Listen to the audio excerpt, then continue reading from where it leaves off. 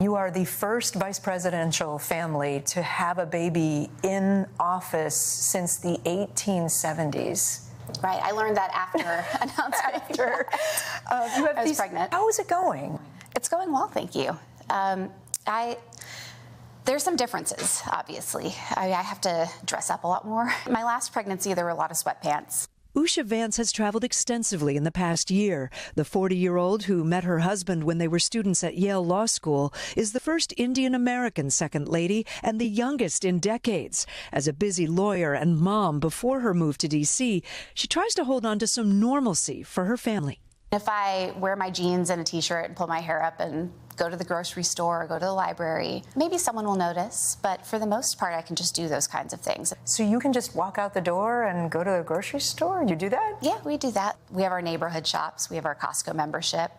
My you kids have are a Costco membership? Yeah. See, you understand why that's maybe like people wouldn't think that, right? I could see that, but it's an adventure. I take my kids. You stopped working in 2024, right after your husband was chosen for the vice president role. Do you miss that? Do you think you'll go back to it?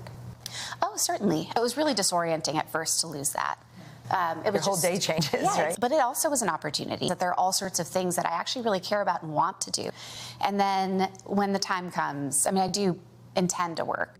Right now, she's launching a new podcast for kids and families, Storytime with the Second Lady. Because when we read, we grow.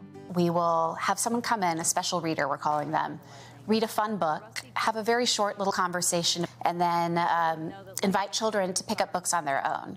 It's sort of just an advertisement for reading. Why is this an issue that you care so deeply about? Well, I have a longstanding interest in education. It seemed like a really natural fit because we have young children right now. But as I was teaching them to read, I was starting to see some of the statistics out there about the decline in literacy rates, about the fact that this is really a long-term trend, and it's worrisome. The vice president has said many times that you are one of his biggest counselors. How much on a day-to-day now are you talking to him about what he's working on? Well, one of the other privileges of this job is that we sort of work together in a way, right? So there are conversations all the time. He has a whole staff of policy advisors and those sorts of things. So it's really when something is troubling him, that's when I come into the picture.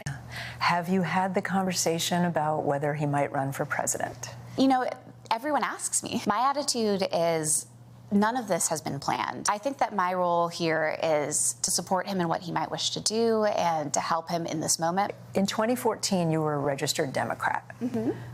You're now clearly a Republican. You voted for your husband for Senate. That's public knowledge. I wonder if you feel fully comfortable in the universe that you're in now? What do you mean?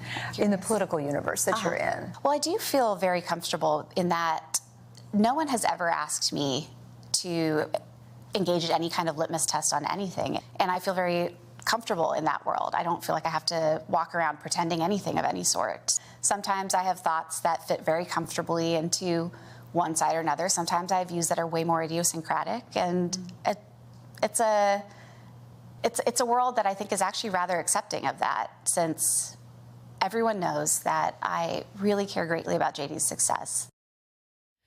The second lady also said that it's been a privilege to be more flexible and have more time to be with her kids right now. When we met, her youngest had an Easter egg hunt at her preschool, guys, and she was able to go to the Easter egg hunt and say, not looking at my watch and feeling like I had to be back at the law office at a certain time. She also told me that she gets together with the First Lady, Melania Trump, and that Melania Trump has been generous because when she moved to Washington, she had a 10-year-old and has shared a lot of kind of the experience with the second lady. It's a really interesting conversation. I want to hear the rest of it, Kate. There is much more. Well, yes, and it turns out you can find much more at today.com and NBCnews.com, including Kate's extended interview.